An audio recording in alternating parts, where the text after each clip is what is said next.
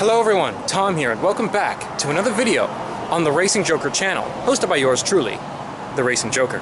And so today I am starting the video outside of the car, just to give you guys another look at it. It's a stock Subaru, so it's not going to be that. You're not going to be surprised by anything, but it looks nice for a stock form car. I especially like the wheels. That's why they're going to be the last thing I'm going to change, because I'm very pleased with how they look already. They're black and they have many spokes, and that's cool. And here is the nice booty, the nice butt of, or the cute butt, in the words of Elena.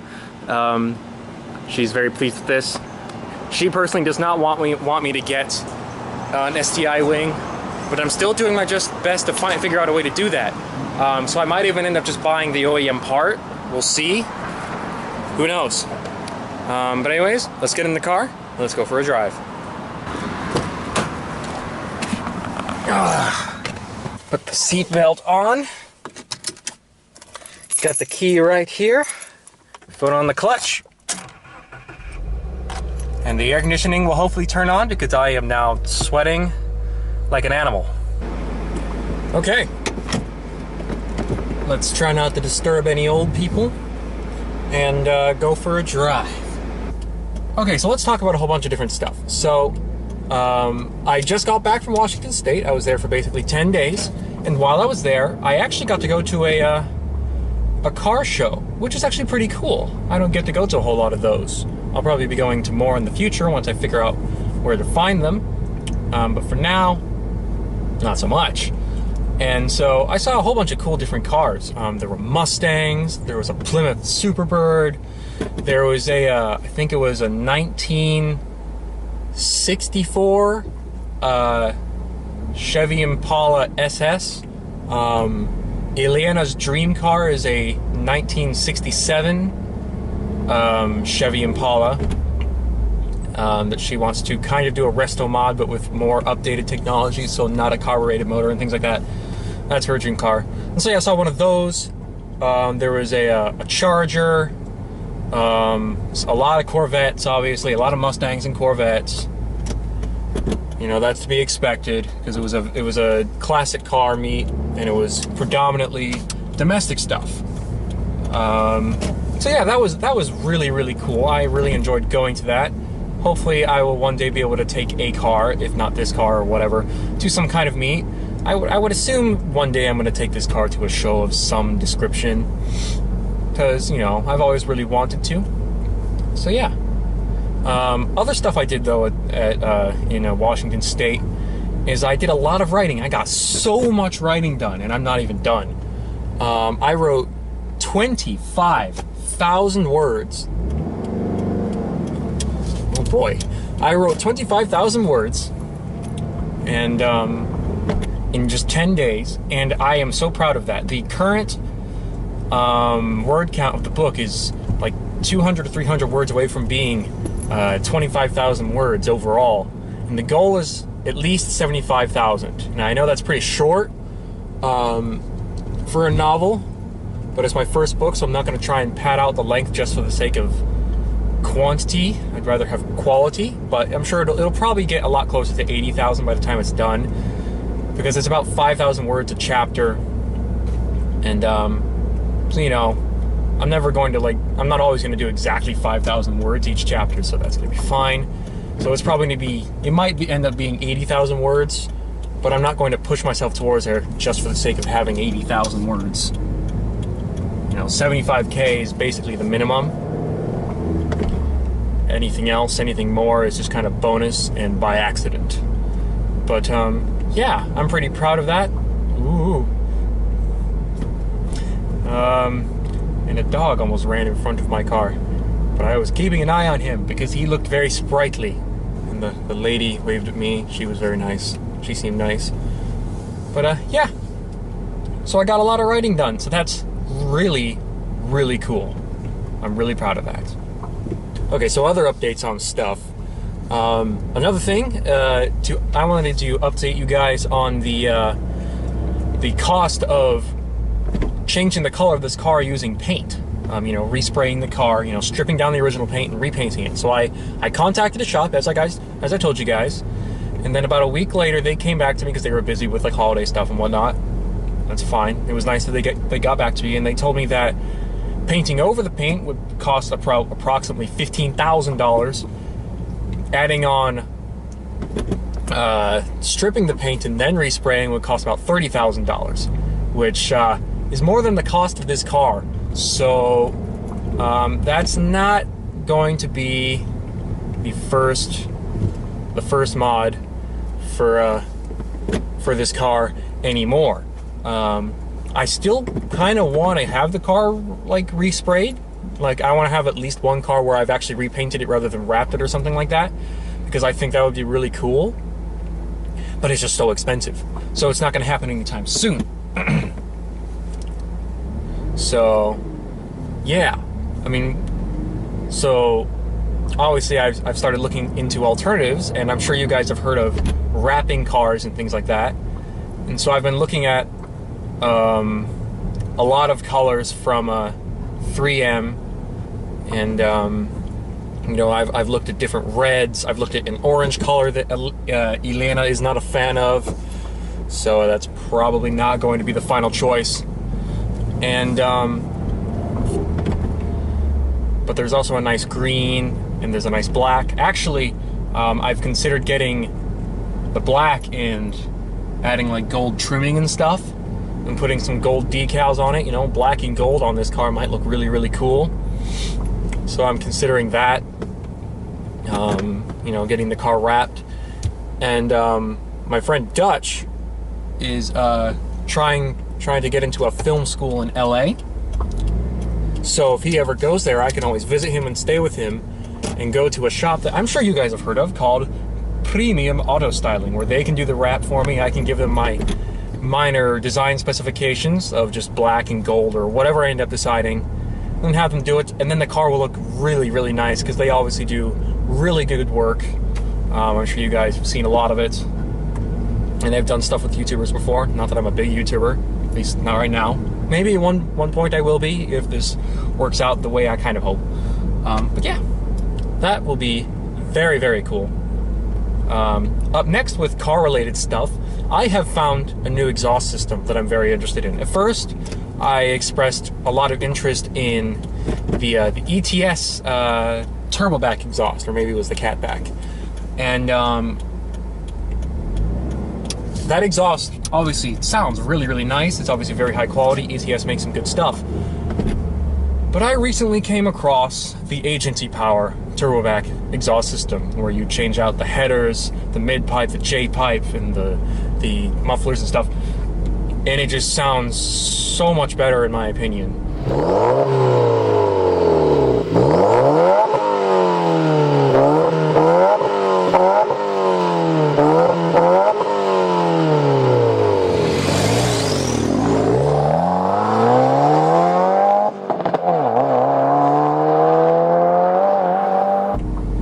It has the exact sound that I am looking for.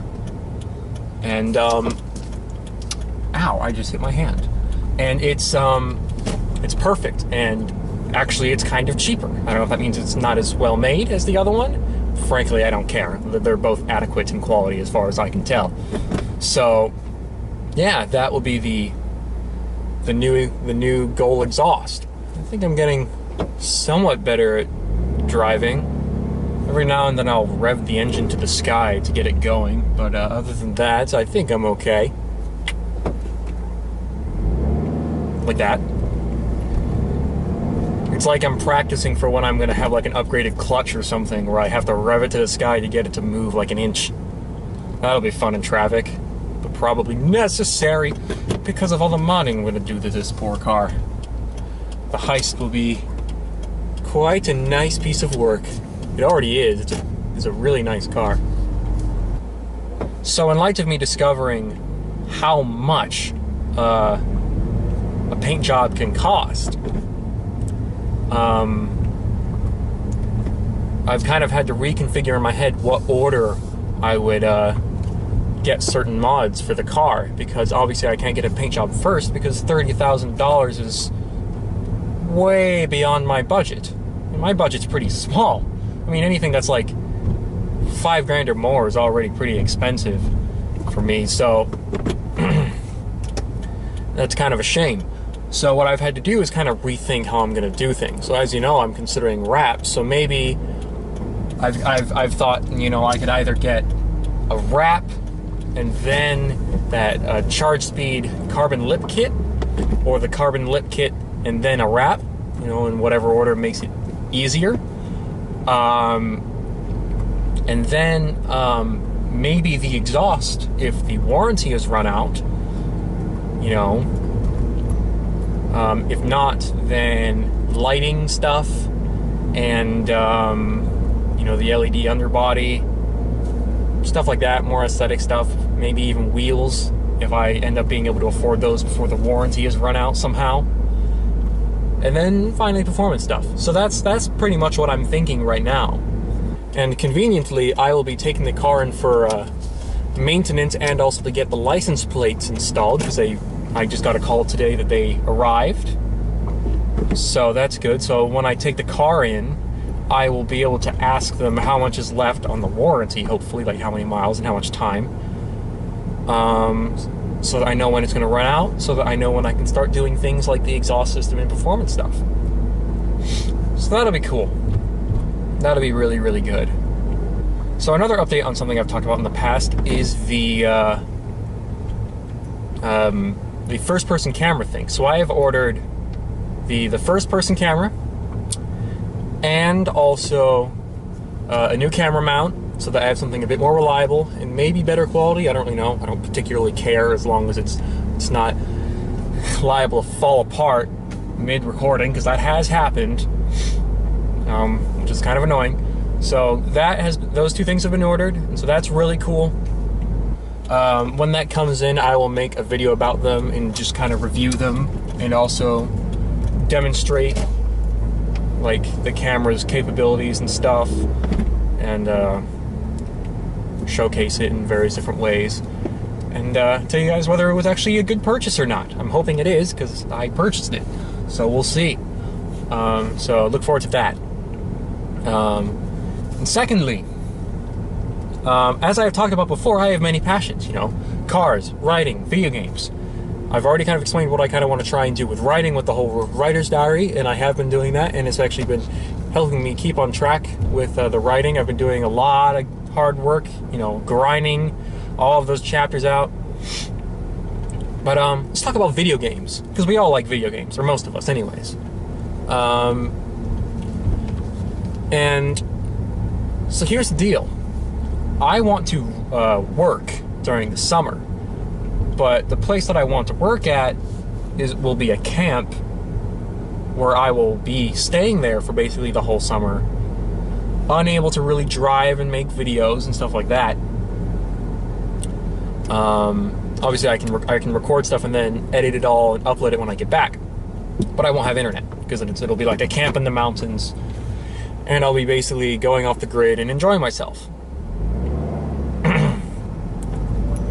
It's actually the place where Elena is right now, and she says it's a really cool place, and obviously I'm looking for work, and working there next summer will be really cool, because if she can go too, that'd be really awesome. So anyways, because of that, I won't be able to upload any content, and I don't want to leave you guys with nothing, because if by then you guys want me to make videos, if I have enough of a fan base that people are watching my videos and going like, where's Tom? He's suddenly disappeared. He's gone off to a camp and he's giving us nothing. I don't want to give you guys nothing, so my idea was that I get a game, and the game I want to get is Need for Speed Payback, and what I want to do with that is basically record a complete playthrough of the game from start to finish, where I start at the very beginning of the game and then finish it, and record my entire adventure through it, and then upload the videos throughout the summer, because with YouTube you can schedule videos to be uploaded, so I can schedule like 2 or 3 videos a week of just that playthrough. Unfortunately, it won't be anything else, just a playthrough, but it'll be something, and it'll be me, and hopefully you guys will be somewhat entertained, at least you'll be getting something. So that's my idea for that for the summer of next year, that I upload a playthrough of Need for Speed Payback. And it's a game I already really want to get because it does look kind of cool. It does look pretty cool and it looks like a lot of fun. And so I want to give the game a try, but also I want to make something productive out of it because I don't want it to just be just a time absorber. So I thought I'd make a video series about it and upload it during the summer when I won't really be around to make videos. So basically what I do is I get the game and start recording during the year, and then upload everything I've recorded during the summer. Like 2 to 3 videos a week for you guys to enjoy so that you guys get something. Okay, I'm gonna try and rev match from 3rd to 2nd. It's probably going to be terrible.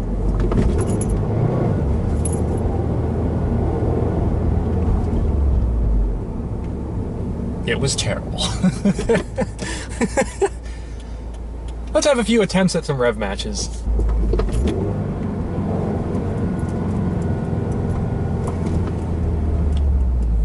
I kind of just rev matched to 2nd to 1st, but it was kind of I talked to one of my friends about downshifting and stuff like that, and I was talking about how I just kind of started practicing that, and how I basically have less than a month of accumulated seat time in this car. And he just says, you just need more seat time. You know, you'll get it eventually. Because, you know, I'm not the greatest at just about anything mechanically in this car. You know, I'm jerking myself around. You know, nothing is particularly perfect about the way I'm driving this poor car right now. But I'm getting there. You know, I'm like revving it really far, like up to the sky for no reason. But I'm getting there. I'm not doing it as much anymore. I'm getting used to it. And I've definitely gotten used to the grabbing point in the clutch. So that's good. There's another person with their dog. People like to walk around with their dogs a lot here, which is to be expected because it's a town where people live. People have dogs or pets or whatever the heck. So I haven't seen any. Yeah, I guess the only really actual animal that you'd go out walking and walk with is a dog. I don't see many people walk with cats, or birds, or hamsters, or snakes. That'd be cool, but it wouldn't be particularly common. Maybe a fox. Do people walk foxes? I know you can get a domesticated fox, which is something I've kind of gone, maybe that could be fun? I don't know. We'll just have to see. Let's go to 3rd. Now let's go to 2nd. Now let's go to 1st. I did it! It was extremely unnecessary, but I did a rev match from 2nd to 1st. I feel really... Ooh, I almost stalled. I got really excited. I feel really sorry for the village here that has to deal with the novice driver learning how to drive manual. Poor bastards. I'm not really that sorry. I have nowhere else to go. I'm not practicing this crap on really trafficy Houston streets and highways. I don't want to die. Good God. However, that's pretty cool. And seriously, the comment novice driver is really freaking accurate. Ever since I got this car, I have already probably tripled or quadrupled the amount of seat time I've had in any car ever in my entire life. You know, I got this car and I had maybe about a week of accumulated seat time in cars in general. And that was it. You know, I had like no seat time at all. Like, actually, let's tell you the story about how I learned how to drive, both in automatic and now in a manual. So let's go back in time to, like, God, I don't know, 2014, so 10th or 11th grade or some crap. I was living overseas for most of my life, so that meant that the legal age for a person to get a license was always going to be at least 18 years old, so I had to wait freaking forever. So the only times I could ever legally drive was when I came back to the US, because people didn't question a kid driving a car so much.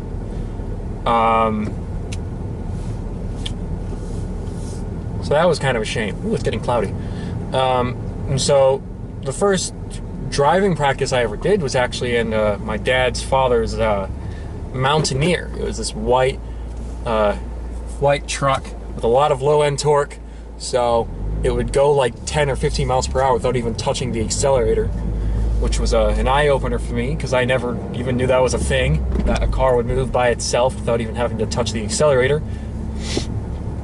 And so I did actually okay, I did fine. I was mostly just driving around in parking lots and the occasional road. And I would do that for like a couple summers or breaks. And yeah, that was basically it. And then fast forward to the summer after I graduated from high school, which was a very, very, very busy summer. I had to move from Europe to the US, moving all of my stuff. I went to visit friends. I went to learn how to drive and take the test and stuff. And I was also moving to university. So that's a lot of busy crap. So let's talk about the car stuff, though. So we were moving back from Europe, and basically I had signed up for a course where I would have to study by myself. I got like the study guide for the driving test, and I learned all the rules and studied really, really hard. About the hardest I had studied for any test ever. And I passed the test on my first go with, I think it was like a 95% or some crap like that. Some ridiculously high test score. So that was really cool. And so I passed the written test on my first try, and then so I went and started taking like actual lessons. And those were going great, and they were actually a lot of fun. I was so grateful to finally be learning the skills I needed to learn.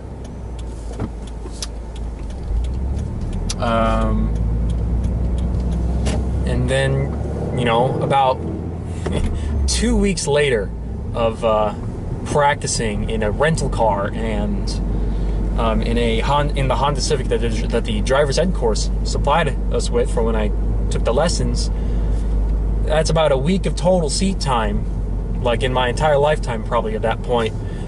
And it's time for me to take the actual driving test. And I pass it with like a 98%. And I'm just going, okay.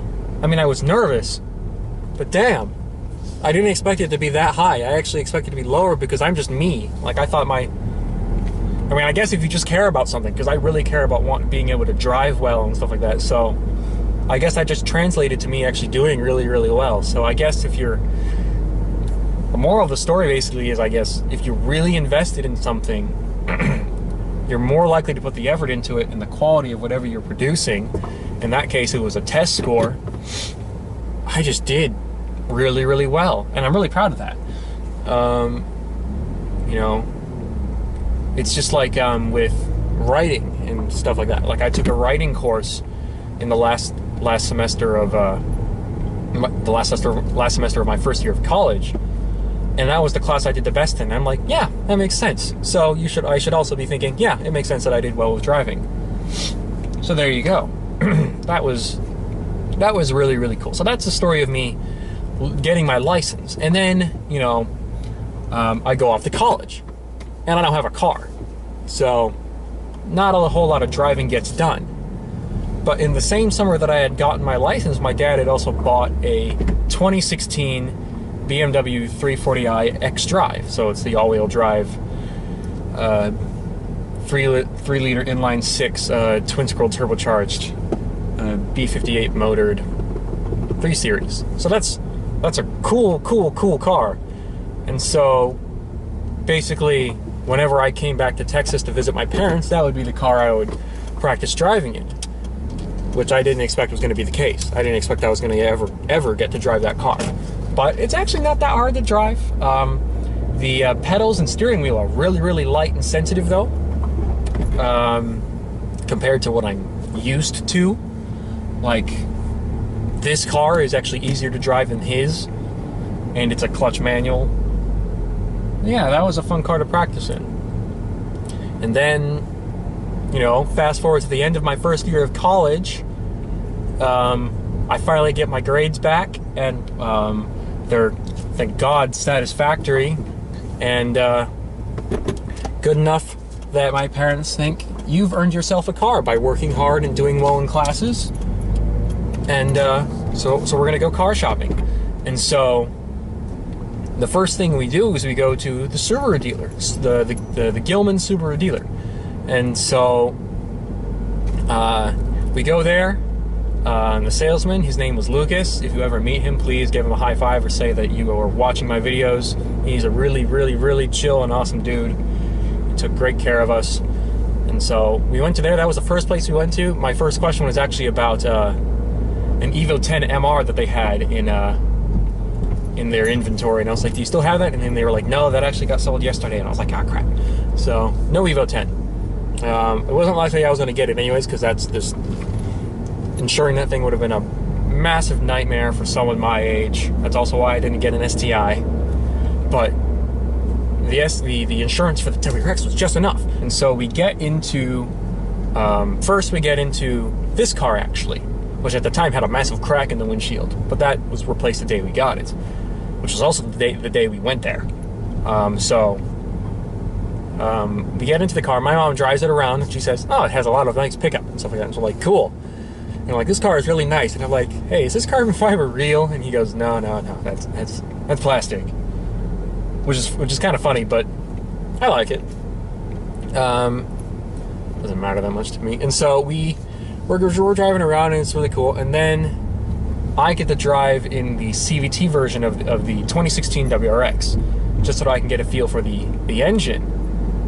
And so I've already kind of told this story before, but I got to floor it for the first time in a car while we were car shopping. So we went to an empty, like, quarter mile of road, and I got to floor it. I was told to floor it. Even my mom told me to floor it, and that was probably the weirdest part about it. Second being that flooring it was not as overwhelming as I expected it to be. It felt very in control, and I got to shift at about, well, right before red line, basically. I think I was shifting at about 6,000 RPM, maybe a little above. I wasn't perfectly consistent, obviously. But it was really cool. It felt really nice. It was a lot of fun. I greatly enjoyed that. The buying experience for the car was absolutely fantastic. And so on the day we first went car shopping, we got the car. So the first car we got into was the car we ended up buying. I don't know how often that happens, but I'm just gonna treat that as a sign that this car is really, really special. And all things that I have observed in this car when driving it and just looking at it, it's a very special car, and I'm incredibly grateful for it. And I intend to hold on to it for a very long time. I think a storm is coming, which is interesting. I've only driven in the rain once before. I want to actually do that more, because I like being in a car when it's raining. I think it's really kind of cool. Alright, well, I think that's all I need to talk about for today. I think that's enough for a good, decently long video.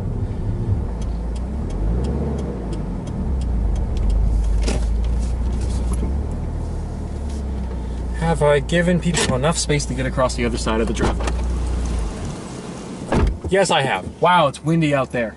Okay, thank you guys so much for watching. You're still recording. Good. That would have been a bad time to find out that the camera had died.